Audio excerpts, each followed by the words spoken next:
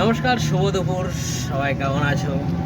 আজ মনে হচ্ছে কপালটা সত্যি খুব খারাপ। সকালের দিকে মোটামুটি টুকটাক বেশ ভালোই ভাড়া হচ্ছিল, কিন্তু যত বেলা যাচ্ছে দুপুরের দিকে এখন রাস্তা পুরো ফাঁকা।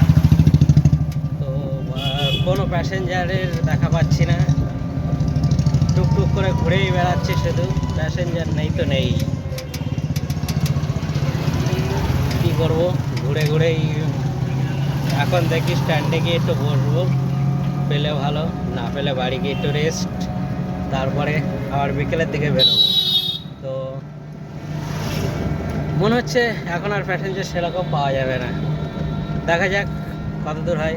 এখন আছি বর্তমানে বেলেডাঙ্গার মোড়, যাচ্ছি এখন চড়ার দিকে।